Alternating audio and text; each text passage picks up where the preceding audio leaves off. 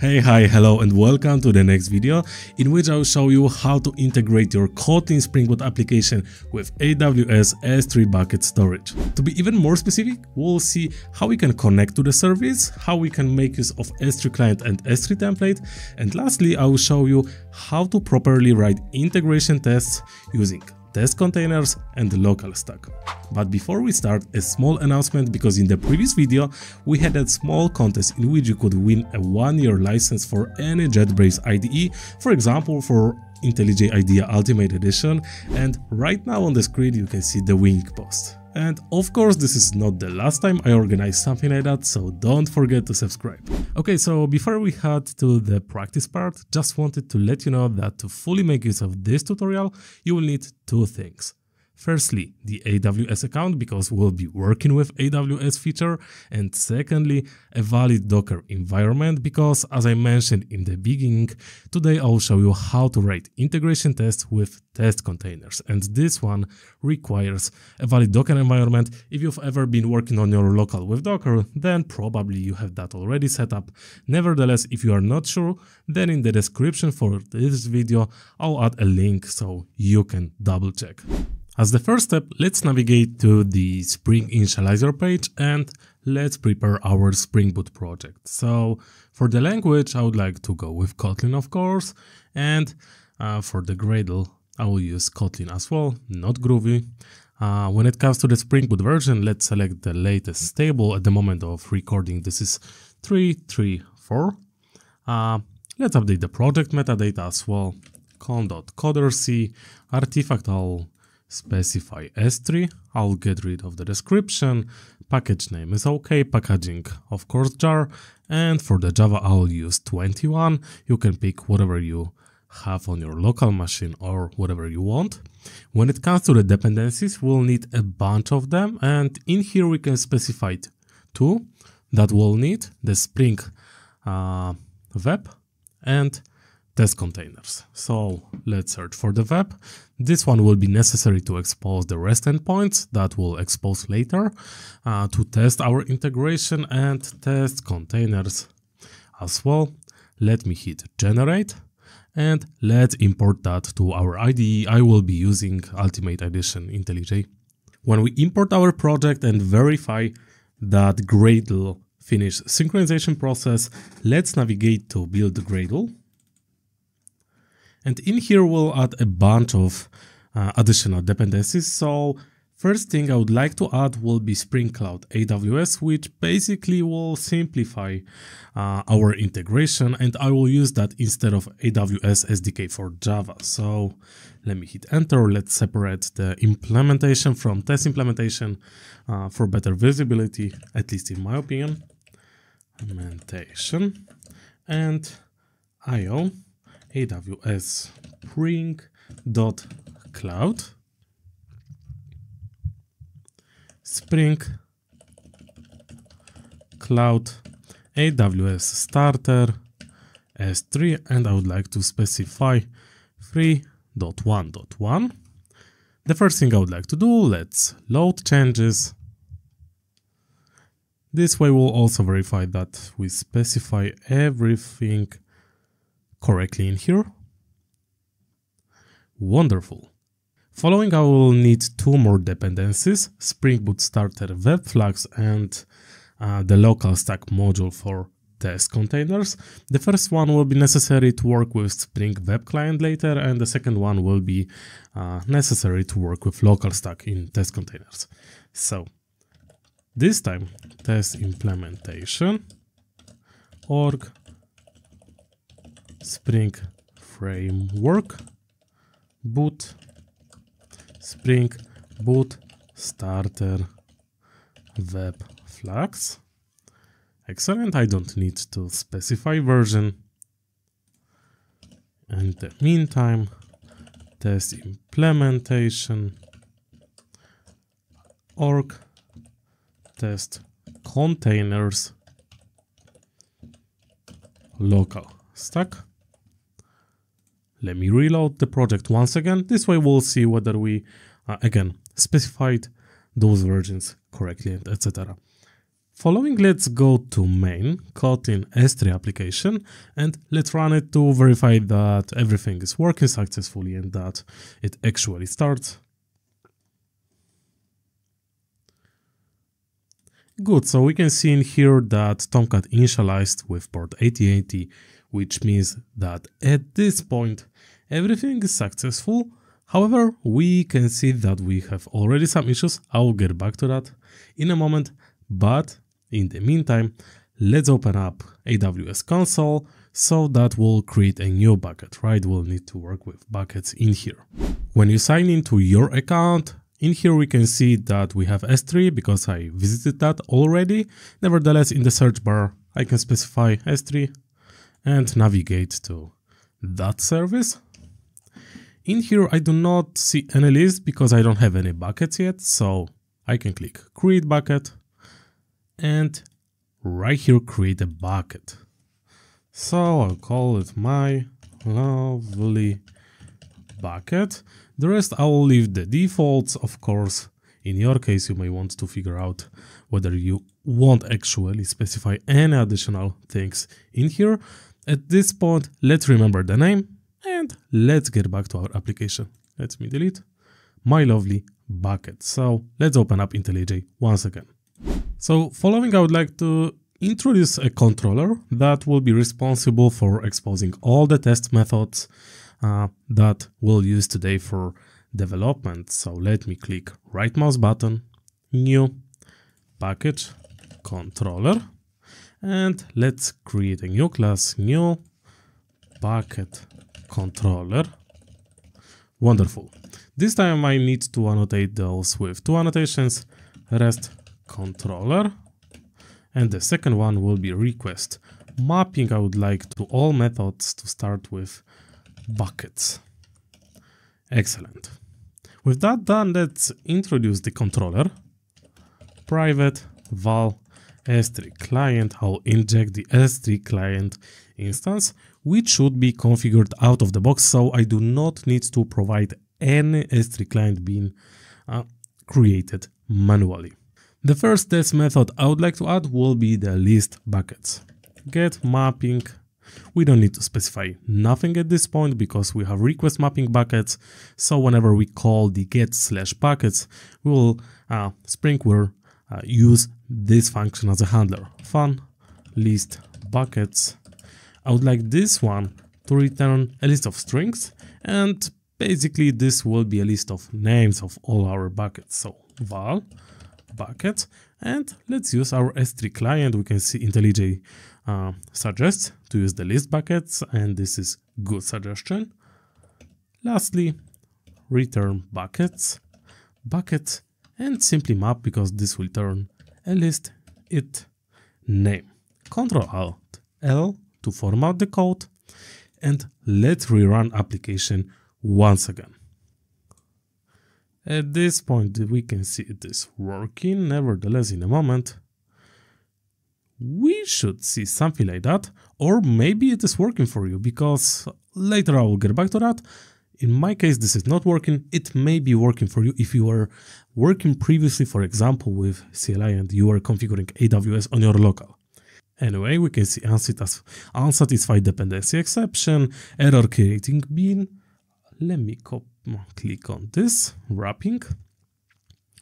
We can see error creating bean with S3 client builder, defining class, blah, blah, blah, system settings, region provider, unable to load region from system settings. Region must be specified either via environment variable or system properties. So this is one of a few messages that you can get. The one will be maybe about this one, and another may be about unable to load credentials. So long story short, let's start with configuring AWS credentials. So basically, when we were adding that, I mentioned that we are using Spring Cloud AWS instead of Java SDK client, because it helps us a lot with Spring and it auto configures a bunch of things out of the box. And this is not the case with SDK client. Nevertheless, a bit of magic may kill sometimes. And let's see the default credentials provider. Default credentials provider. Will I be able to get to that this way? Yes. Let me accept. Let me download sources. So basically, Spring Cloud AWS Starter configures the default credentials provider. And this class looks for credentials and this order. We can see that it first tries to read from Java system properties, then environment variables, web identity token, credential profiles, and this is the case, for example, if you've already been working with CLI on your local, then you may have configured that and you have present credentials.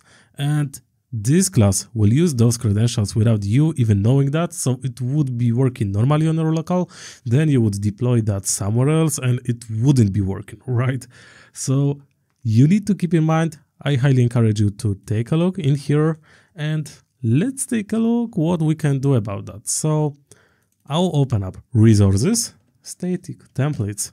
I'll get rid of those two, and instead of application properties, I highly prefer working with YAMLs. So let me actually convert that. Spring application name, it will be S3, so that it matches. It actually is a YAML format. And in here, the first thing I would like to specify will be access key and secret key that you can generate in your AWS console. Spring Cloud AWS credentials. Actually, I need to get rid of Spring because I already defined that. Credentials, and I will have the access key. So I will specify that as access key, maybe AWS access key, and secret key, similarly AWS secret key, Ctrl-Alt-L. So at this point, both access key and secret key will be sourced from environment variables, and this is useful because, for example, in in IntelliJ, I can go to the configurations, edit configurations. Where was that actually? Modify options, variables, environment variables. This looks slightly different when you're working with Community Edition. And in here, I can add those two. AWS access key and similarly AWS secret key. I will switch the step so that we can follow to the region. And at this point, let's rerun the application once again and let's confirm whether this helped or not. Let's give it a second. Okay, unable to load region from any of the providers in the chain, blah, blah, blah, default AWS region provider chain. And that's interesting. So just like we had it with the credentials, we had default AWS region provider. Resources. And this is AWS region provider that looks for the region in this order. Firstly, looks for the AWS region system property, then AWS region environment variable, blah, blah, blah. And similarly, if you have configured your CLI before, then this may be working for you. Anyway, if this is not working for you, then let's get back to our YAML file once again. S3 credentials, similarly, AWS S3 region, US East 1 or whatever you have in there. Let me actually open up the browser. I have Stockholm, EU North 1. EU North 1, wonderful, let's save. And now you can see that first of all, the important thing, we set the region per S3 and credentials are actually shared in here. This time when I rerun, it should be working successfully.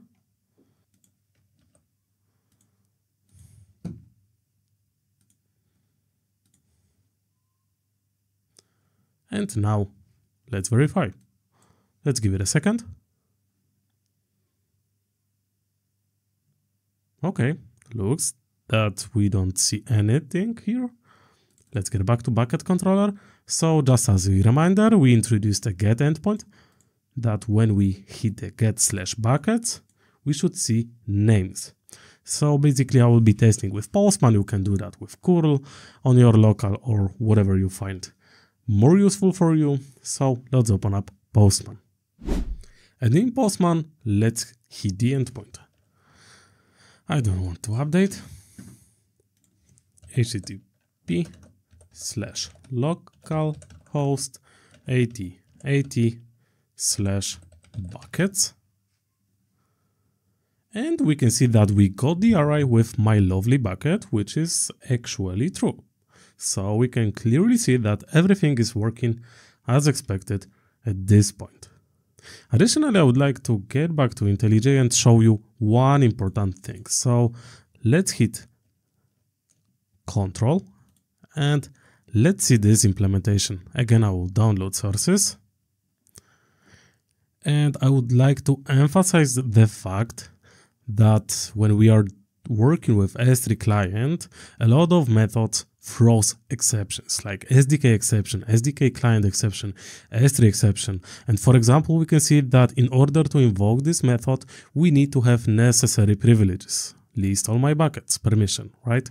So if we wouldn't have that, we would get the exception. And during the testing, I will not be surrounding that with try, catch, etc.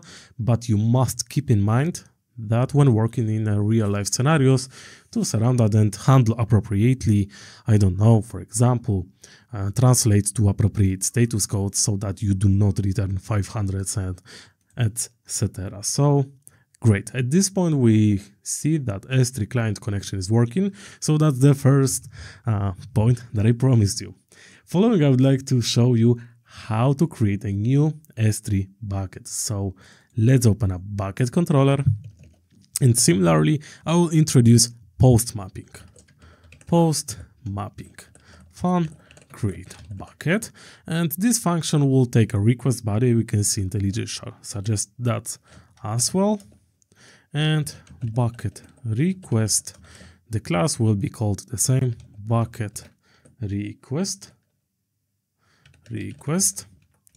Wonderful. And we'll not return anything. Let's create a class. We can do that with Alt plus Enter, create class, and I will put that underneath. I would like this to be a data class. And basically to take, to have only one field, val, bucket name, string value. Wonderful. Oh, actually I did one mistake in here. Instead of request mapping, it is supposed to be request body. Control Alt L, wonderful. And basically when working with AWS Spring Cloud AWS, you will see one pattern with S3 client. The first thing we'll need to do will be to prepare create bucket request, because we'll be using S3 client, create bucket, and this one, when we go in here, we can see it requires us to send create bucket request. So let's prepare one. Val request equals create bucket request builder bucket, and this will be the key of the bucket, the name of the bucket, request bucket name, and let's build that. Lastly, let's create a bucket with our request, Ctrl Alt L, Shift plus F10 to rerun the code. Excellent. And this time, let's get back to Postman once again. So we had this. Let me copy that. Let's introduce a new one. Post. As a body, I click on the row text. Instead of text, I will send JSON. And let me remind myself, bucket name will be the field name. Bucket name, some new bucket. Let me hit send. and we got internal server error. So let's see what was going on there. The requested bucket name is not available. The bucket namespace is shared by all users of the system. So we can see that when working with AWS, the bucket name is really important and it must be unique. And this is the great example that for when working with a real production grade code, we should handle that differently. So instead of returning 500, we got another, for example, 400 bad request. Some new bucket call there C, and this should be working perfectly. Cool. This time we have 200 OK. Let's hit the second endpoint, and we can see that the bucket was created. When I open up the AWS console, wonderful. We can see that this was created in here too. So this proves that it works successfully. So if we know how to create buckets, it would be great to put some objects to it. It's quite a common case. And to do so, let's get back to IntelliJ. Let me close that. And the first thing, unfortunately, that I need to do will be to introduce the type alias.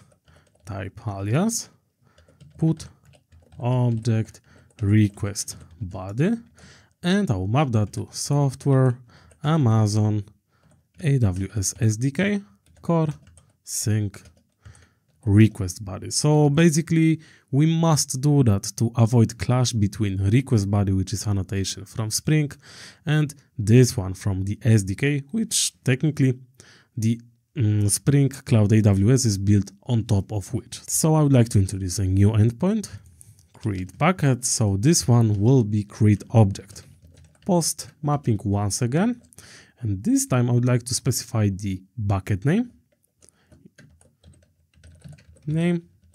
slash objects. So when we'll be doing a post request, we will have to specify the bucket name to which we'll put the object. Fun, create object, and this time this will be the first thing I would like to read will be path variable bucket name string value. Let's import alt plus enter, and the second value will be request body object request body object request of type object request, and just like we did previously in here, data class object request, and this time I would like this to contain two things, the object name and the content. Val object name string value val content. This will be string value as well, trailing comma. Excellent. So just like we did previously, this time we'll be using S3Client put object method, and when we take a look, the put object takes among others this one, which will be put object request and the request body, right? So just like we did previously, well, create object request equals put object request. This is this builder, and I will specify the bucket name, bucket name, which will be read as a path variable, and the key, which will be a file name or the key of the object that will be storing, request and object name. Again, let's hit build, and we'll get S3 request. Nevertheless, we'll need, the first thing will be the create object request, and the second will be the file content. Among others, we can use the put object request body. So val file content equals put object request body from string, and I will use object request content. Excellent. And this time I need to specify both create object request and file content. Ctrl Alt L, wonderful. So again, the same pattern. Let's rerun the application. And in the meantime, let's head to Postman. So pretty similar, but instead we'll be using post. Path variable, so I would like to use the name of our new created bucket / objects, body, row, text will be JSON. And this time, what keys do I need to specify? I need to specify object name and content. So let's provide object name, my object 1. Let it be, for example, text, and content, my file content. Great. Let's hit send. 200, okay, wonderful. To verify, let's open up console. Let's go to console, some new bucket coder C, and we can see that the object was created successfully. Wonderful. So next, I would like to list the content of our bucket. So let's get back to IntelliJ, and we'll use a similar path. This will be, so I will copy this one, but instead of post mapping, I would use get mapping, right? Get mapping from list objects. And similarly, path variable, bucket name, string value, and basically this time that's all. And as a return type, I would like to return a list of string values. List string values. Great. So you may find a pattern, and we do pretty similar things just like previously. Vol list objects request equals list objects request builder, bucket will be the bucket name, and build. Response, vol response will be S3Client, list objects, and our request. Lastly, I would like to map everything, so return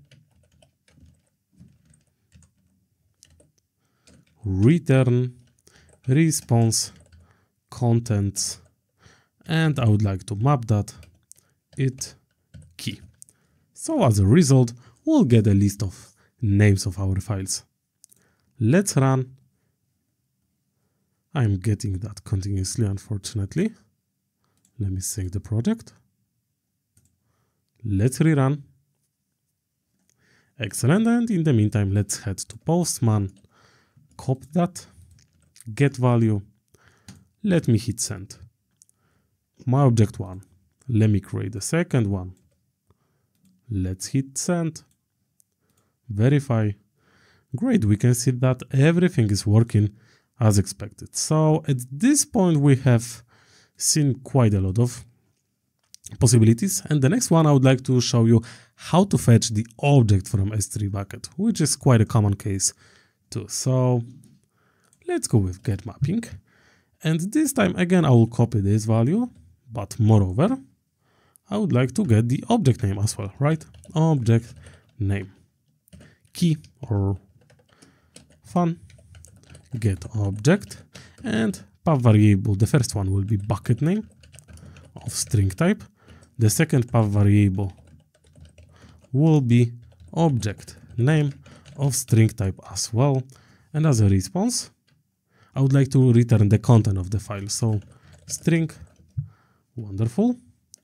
And similarly, just like we did previously, this time we'll be using the get object request. Val get object val get object request equals get object request builder. The first thing I need to provide will be the bucket, and let's add the bucket name. Next is the key of our object name, and lastly, let's hit build. Val response S3Client get object. I'm sorry. I believed in this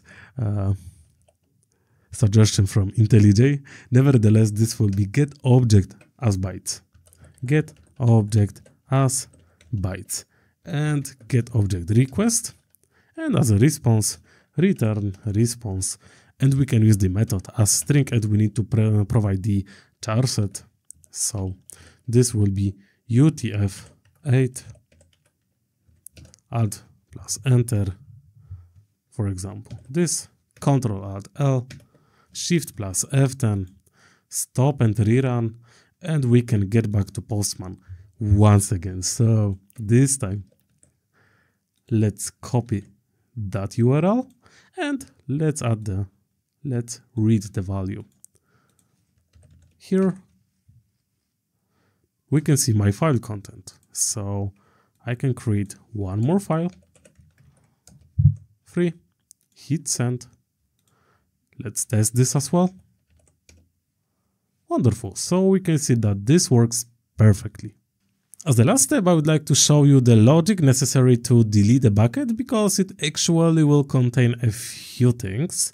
Because the important thing to mention is that we cannot delete the bucket that contains files in it, objects. So let's open up IntelliJ and let's add the delete endpoint. Delete mapping, and I'll take the bucket name as a path variable. Fun delete bucket, and the path variable is bucket name of string type. I do not want to return anything. Let's open up brackets. And the first thing that we'll need to do will be to actually list all objects. So actually, let's copy this and let's paste in here. So we have list object requests. Now I would like to perform this request because I need to get all the keys that are present within the bucket. So val list objects response equals S3Client list objects request. Wonderful. Nextly, let's extract identifiers and map that to object identifier, which is a class from SDK. So val all objects identifiers equals list object response contents to get the list. And now we are doing the mapping. So I would like this object to convert to object identifier builder, and the key will be the name or the key of the S3 object. So it key. Let's hit build and we'll get instances of objects identifier. With that done, we can have the delete request, right? So val delete equals delete builder objects and all object identifiers. Let's build this once again. And we must prepare the request similarly, just like we did with object request. And val delete objects request builder bucket will be the bucket name. Delete will be the delete instance. Again, build. And again, we must perform this request. S3Client, delete objects, and delete object request. So, delete objects, delete object request. So at this point, we've got rid of every object within the particular bucket. So lastly, we can do the last thing, delete the bucket. S3Client, this will delete bucket. So as you mean, delete bucket request. And let's introduce such a request. Delete bucket request equals builder bucket name build, and we have everything at this point. So actually, let me comment this for a second, And let's try to run this request without deleting files. So let's go to back here. Let's copy this. Let's convert to delete and bucket. Firstly, let's specify the second bucket, which was named my lovely bucket, because this one didn't contain anything. Some my lovely bucket. Status is 200 OK. When I go back to list, I do not see that anymore. It proves that it was deleted successfully. However, when I try to do exactly the same for the second bucket, let me hit send. We got internal server error. And the reason will be what I told you previously. The bucket you tried to delete is not empty. So that's what was the reason. Let's comment out this. Let's bring that back. Let's rerun the application. I am not sure what is the reason. Probably I need to clear cache later. Now let's open up Postman. Let's hit send. And we can see 200 OK.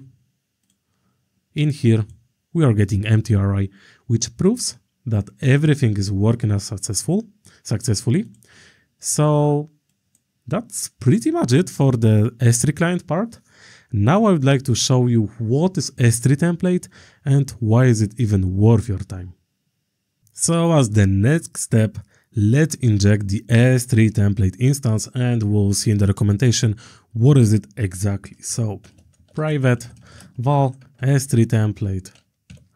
And let's hit Ctrl, click left mouse button, download sources, and we'll see this is nothing else than the higher level abstraction over S3Client, providing methods for the most common use cases. Long story short, plenty of times when doing simple things like creating bucket, putting object, etc., we must to perform additional things. Normally in your code you would add some additional functions, helper functions to make your code less redundant and to make it cleaner. And basically S3Template is something that does that out of the box. It doesn't have too many methods, but basically whenever you are creating bucket, deleting buckets, what else? We can check whether bucket exists, delete object, object exists, list objects, etc. You can use this one. So basically right now I would like to get back to our bucket controller and we'll adjust that using S3Template and improving our code. And lastly, I will show you how we can serialize and deserialize objects with AWS S3 and S3Template. So let's head to the bucket controller. And let's start with list buckets. Unfortunately, S3Template does not have method like that, and we can see technically there is not too much that we could improve in here. We could make that one-liner, but apart from that, I don't see the point of making a wrapper that is not necessary in there. Nevertheless, when we would like to create a new bucket, well, let's take a look. Instead of S3Client, let's use S3Template, create bucket, and we can see that this time we could simply specify the bucket name. So bucket request, bucket name, get rid of that. Wonderful, right? So technically that's all we need in this case.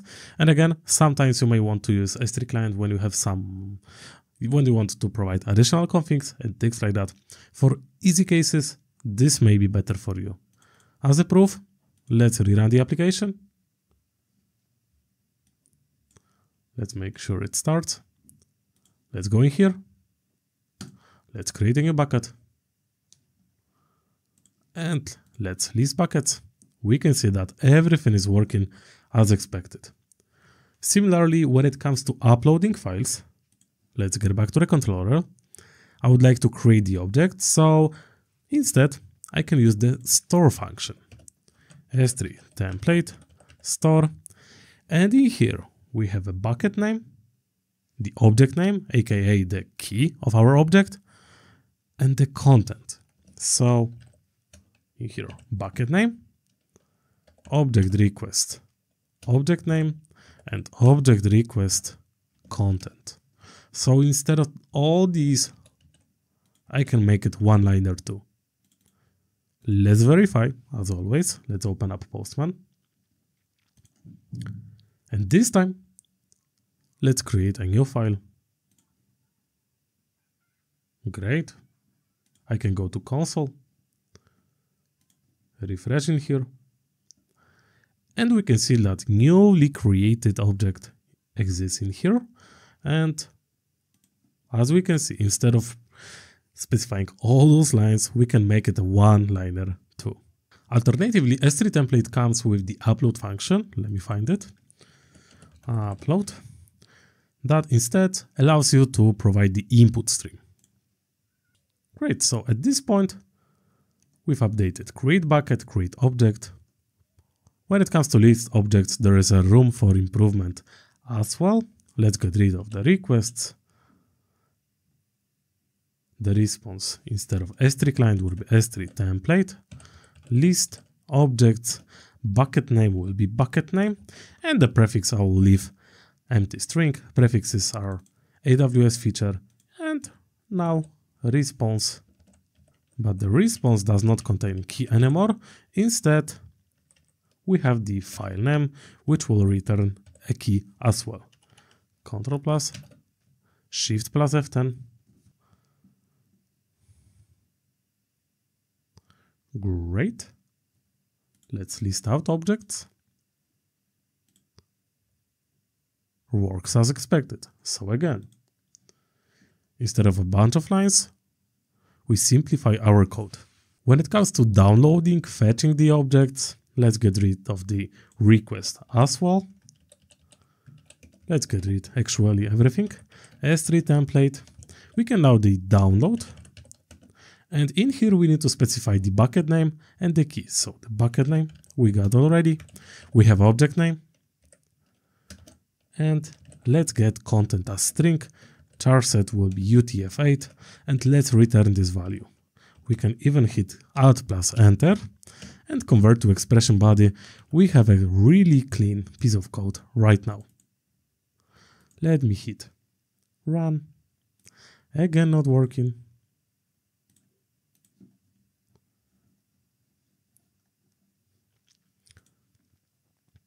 And this time, when I go in here, I'm getting my file content as well, working as expected. With that done, let's take a look how we can improve the delete bucket method. Because as we saw previously, it is quite a big one, although we are doing only one thing. We are interested in deleting and force deleting actually the bucket by name. Well, with S3Template, we can improve that a bit. So instead, firstly, I would like to list objects. S3Template list objects. So this is the one that we were using previously. We need to specify the bucket name and the prefix. And for each, S3Template delete object bucket name, it file name, and lastly, S3Template delete bucket name. Ctrl Alt L, Shift plus F10. Let's rerun the application. Oh, it's getting quite annoying, I must admit.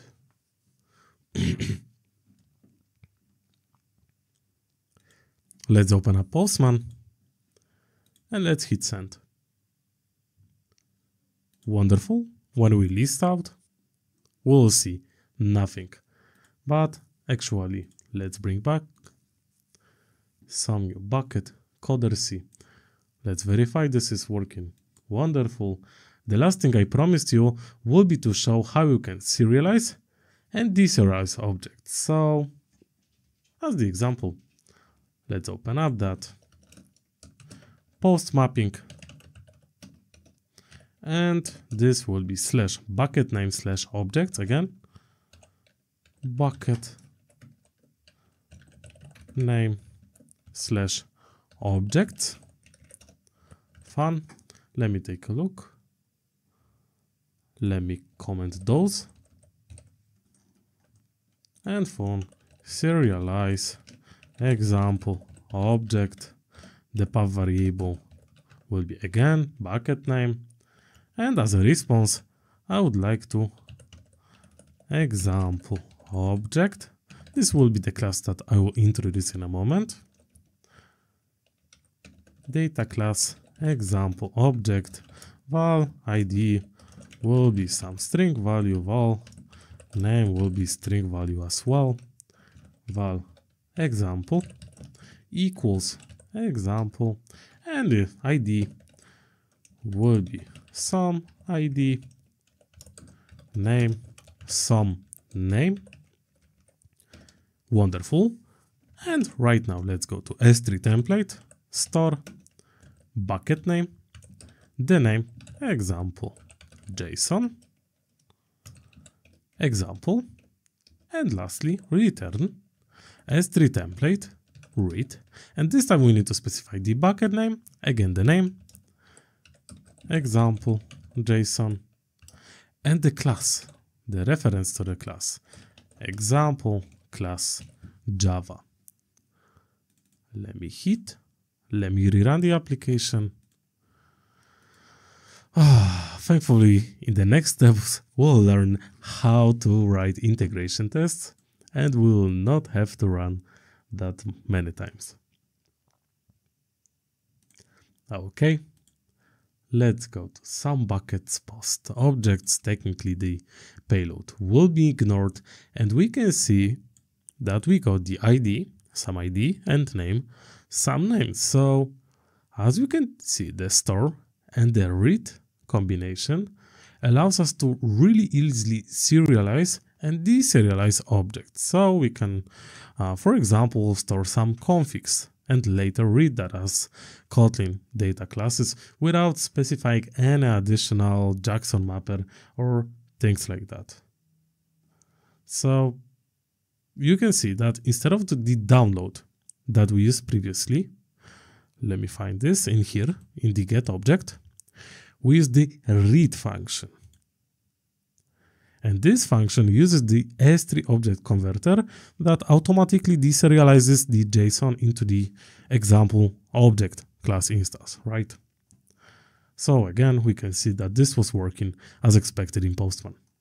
And basically at this point, that's all what I wanted to show you. And lastly, let's learn finally how to perform integration testing for our logic. So again, for this part, the prerequisites is that we need to have the supported Docker environment on our local. So in my case, I am using Windows. I have Docker for desktop. And at this point, I need to start it. So let's wait for a second. Let me show you. In here, we can see that desktop, Docker desktop is starting. Let's close that. Oh, actually, let me show you. You can see that I had two containers, some Postgres and some MongoDB container that I used in the past. So again, in the description for this video, you will find a link to how to verify if you have a supported environment. But basically, if you were working with Docker on your local previously, then you are ready to go. Of course, you must have Java IDE and Spring Boot project too, right? As other prerequisite. But before we head to the practice part, I would like to say a few words about the Testcontainers and LocalStack, which in my opinion are a great way to test Spring Boot S3 integration. So what are Testcontainers? Testcontainers is a library for providing a throwaway, lightweight instances of Docker containers. So they are an excellent approach whenever we need to test behavior dependent on external services like AWS in this example, or some external databases, right? So long story short, instead of mocking or manual setting up some test environment, we define test dependencies as code, and you will see that in action. And then we can run our test code, and disposable containers will be started and deleted after they finish. So right now we can see this is the example from Spring Boot documentation that shows the Neo4j container that is running and how easily we can set it up. Okay, so we figure out what are test containers, what is test containers actually, and what is LocalStack then? Well, LocalStack on the other hand is a cloud service emulator that runs in a single container. So in other words, we can run AWS applications or Lambdas without connection to the remote cloud provider. So previously, when we were testing manually, we were connecting to our actual AWS instance. And we don't want to do that, basically, when we would like to have a repetitive tests. And LocalStack is a great solution in here. And thanks to the test containers module for LocalStack, we can test various AWS integration with just a few lines of code. So basically what you will learn today, you can replicate that, for example, with DynamoDB and other solutions, services that you are working with in AWS and Spring Boot. But we'll focus on S3, of course. So again, let's take a look at the documentation. And this is LocalStack module for test containers. And we can see how easily we can start S3 service. And in a moment, we'll set up everything. So don't worry. And again, let's get back to our IntelliJ idea. And let's rephrase the build Gradle KTS, because for our testing, we need LocalStack module for test containers. Spring Webflux is necessary for the web client that we'll be using. And additionally, we have Spring Boot test containers. This is the Spring Boot module provided and the one that we selected when we were creating our project. And similarly, there is the extension for JUnit from test containers. So with that rephrased, let's think of the approach that we'll use today, because when working with test containers, we can configure them in various ways. So for example, we can use the JUnit extension, the one that we saw in the build Gradle KTS. We can configure them manually in every test case, or alternatively, we can use the singleton approach, in which we will control containers lifecycle manually, but thanks to that, we will easily reuse them across multiple test classes. And in this tutorial, I will show you the singleton approach with manual management and reusable container. So the first thing I would like to do will be to navigate to test, right mouse button on the main package, new class, and let's introduce the base class called LocalStack integration test. LocalStack integration test. I would like to annotate this one with Spring Boot test and specify web environment as random port. Alt plus enter. Let's add the import. Following, let's see how to instantiate a LocalStack container. And the first thing I will need to do will be to add the companion object, as we are working with Kotlin and we do not have static methods. Val LocalStack equals LocalStack container. Enter, import the class, Docker image name,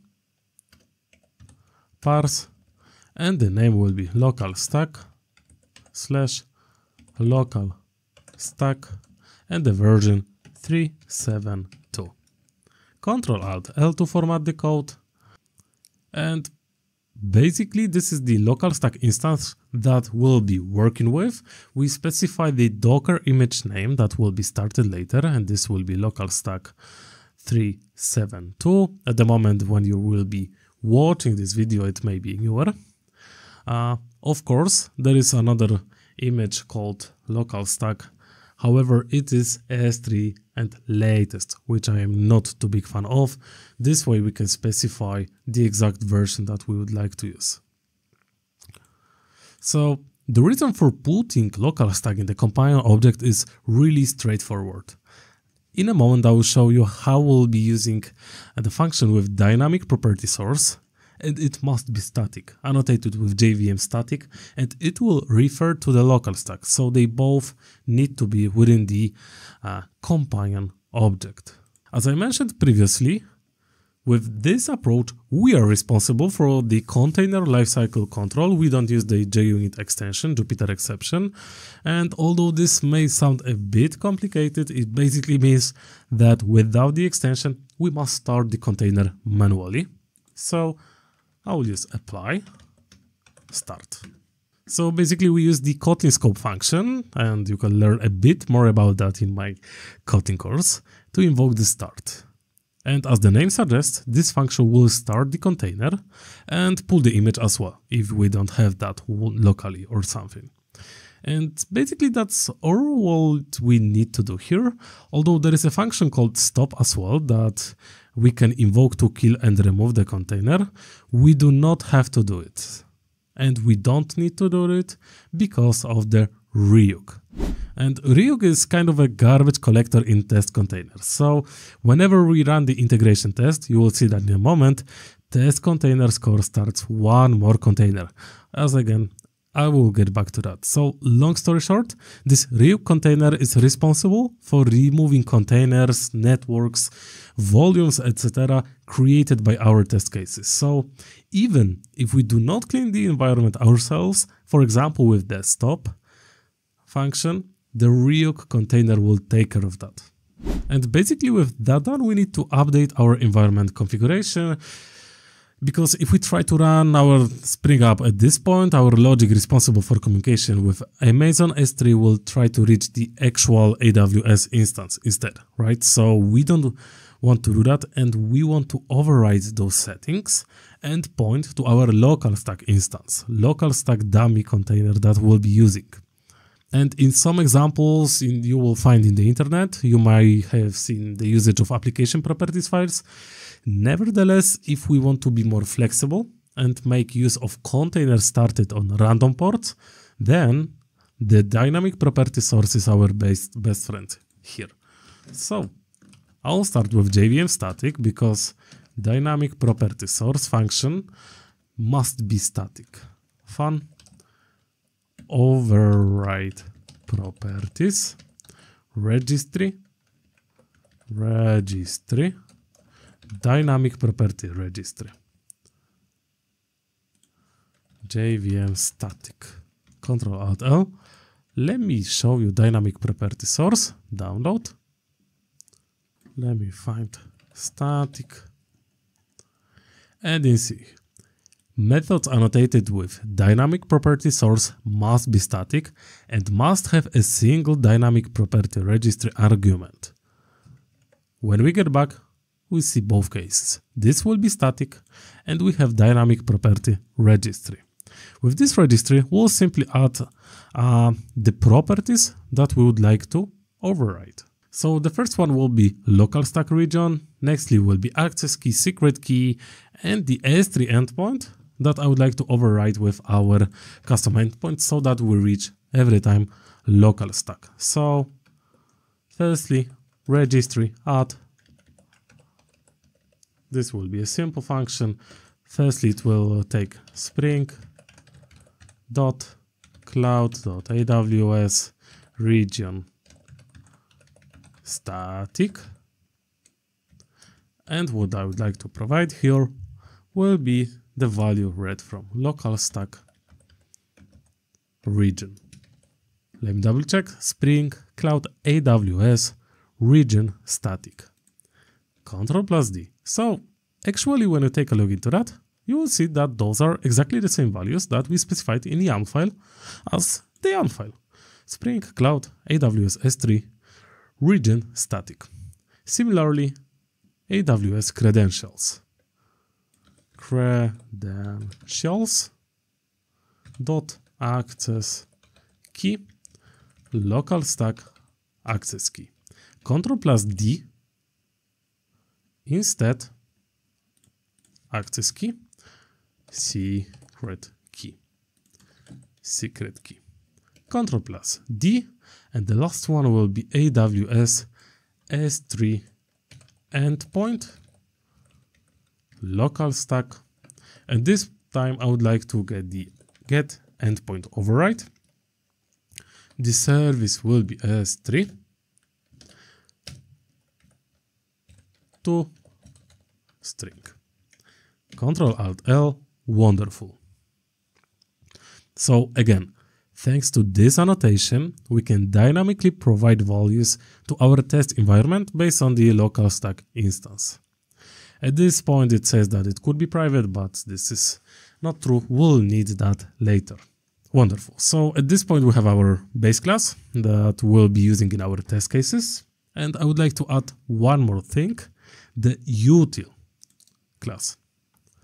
Package util, and in it, let's create a new Kotlin file this time. LocalStack util. So in here, I will put a few methods because, as I mentioned previously, we'll be using LocalStack, which will be shared among test cases within the same class. So each class will reuse the same Docker instance run as LocalStack. And basically, we must take care of cleanup between the test cases, right? Because we do not want them, or maybe we do want them to be dependent, but basically in our case, we do not want them to be dependent. So for example, when I create a bucket, I want to delete that bucket. If I create the file within a bucket, I will need to get rid of that, right?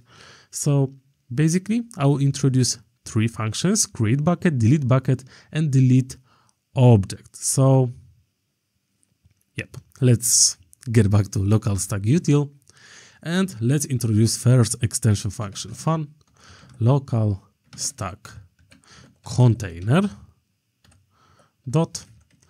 Let's import the class, and let's implement create bucket first, bucket name, string, wonderful. This exec in container, and let's take a look what exactly this function does. So let's download sources, and we can see that thanks to exec in container, we can run a command inside a running container as though using docker exec and interpreting the output as UTF-8. So to put it simply, it will run the past command in our running LocalStack container, just like docker exec. In here, I'll utilize the AWS local, which is basically a LocalStack wrapper around the AWS CLI. So if you've ever been working with AWS command line interface, then you will see that this is one-to-one, right? So in order to create a bucket, AWS local S3 API create bucket dash bucket, and lastly, let's provide the bucket name.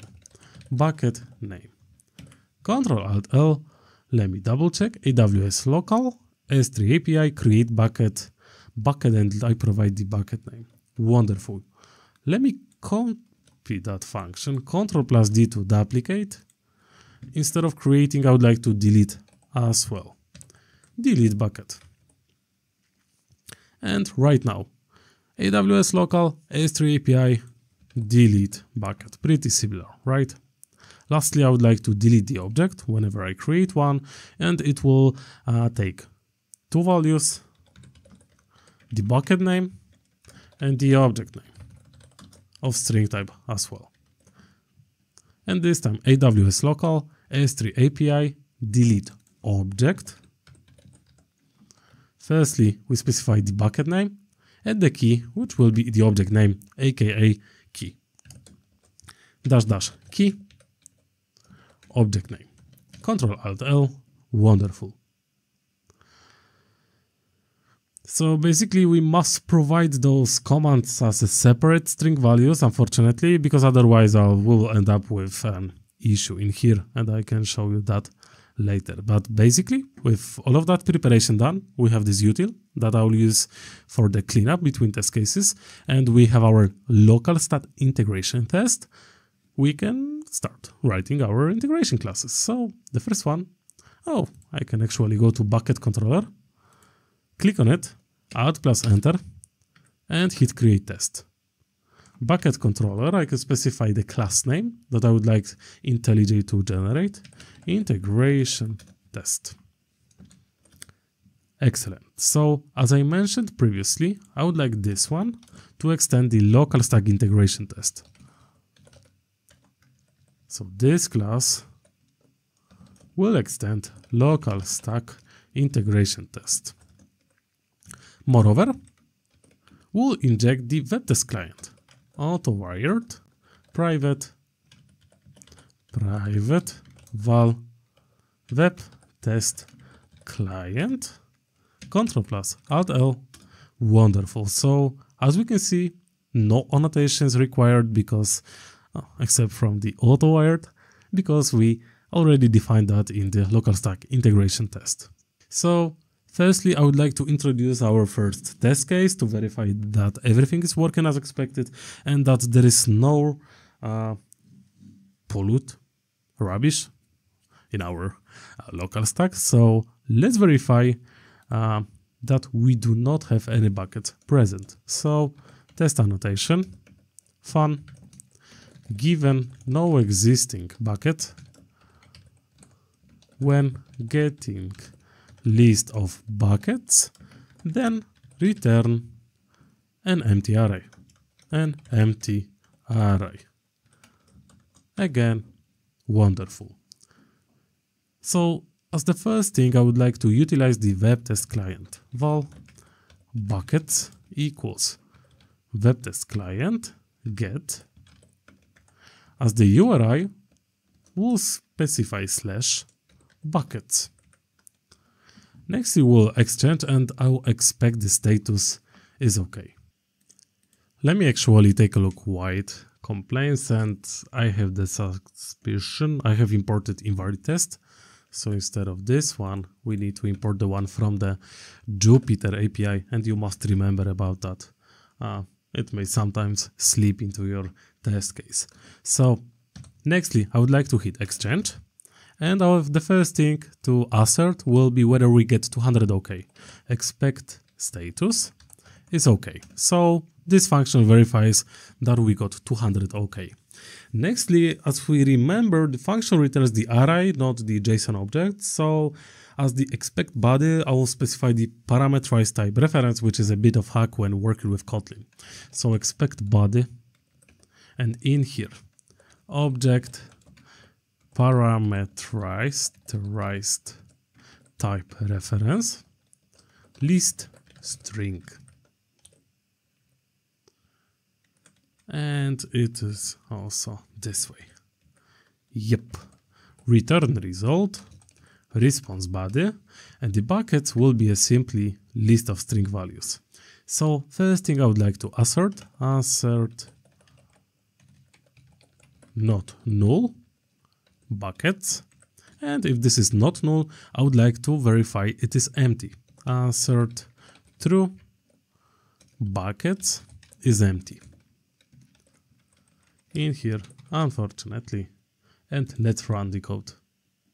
And basically after some time we can see that the test passed successfully. So when we take a look in here, we'll see that the actual integration test was started, that the Spring Boot context was built, the image was pulled for the local stack because this was the first run of the test, and basically the simple assertion that the not null buckets and that the list is empty. So following, I would like to verify that S3 bucket exists in local stack, and for that purpose we'll use our helper function. So this time test fun, given one existing bucket when getting list of buckets, then return an array with one item. One existing bucket when getting bucket, then return an array with one item. Similarly, and now val bucket name equals bucket one, for example. I'll be adding numbers to them so that we'll see that organized local stack create bucket, because this is the extension function that we create previously. When I click on that, you can see it will move me to the local stack util class that we implemented previously. And bucket name. After all, I would like to delete the bucket, so LocalStack, delete bucket, and same bucket name. Val expected JSON equals, and right now I will provide what it should look like. Bucket 1, probably this will be it. Web test client get URI slash buckets exchange, and I expect status is okay this time as well.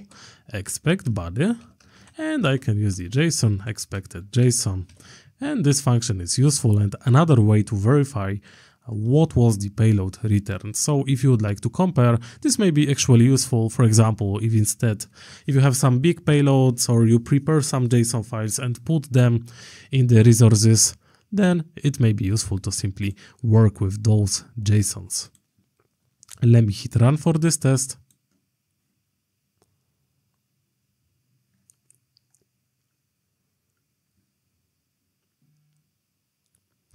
And this time, first of all, we see that the test started much quicker. And again, it is successful. So we can see our extension functions must be working as expected, because without that, it wouldn't be returning any item. Nextly, let's verify that we can create buckets successfully. So this time, given no existing bucket, when creating bucket, then create bucket successfully. Let me copy this structure. It will be easier. Given no existing bucket, when creating bucket, then create bucket successfully. Create bucket successfully. And basically, when we would like to test that, I see two options in here. The first one is kinda workaround, because we already have the endpoint that returns a list of buckets, so we can reuse the exact same logic, right? We can simply call the get endpoint and verify that the buckets list contains this item. Alternatively, I can use the exegging container once again and verify the result. I can show you what I mean. So val bucket name equals bucket2 web test client post URI will be slash buckets body value. And let me get back actually to the bucket controller. Let's take a look. Bucket request, and the bucket request requires bucket name. Body value, that's important. Bucket request, bucket name, and add the bucket name, exchange, and I will expect the status is okay, because this method in bucket controller, the create bucket does not return anything. Nextly, val exec result equals LocalStack exec in container, and we'll simply use the CLI and read the output. AWS local S3 API list buckets, and let's read std out. Lastly, I would like to simply verify that the output contains the bucket name. So assert true exec result contains and bucket name. Of course, we need to do the cleanup, LocalStack, delete bucket, bucket name. At this point, you may see that this delete bucket, create bucket combination may be quite useful, for example, to use with before all or before each and methods like that. Now I would like to run that as debug, and I'll exec this container, I'll exec this command and show you what is the actual output in here, right?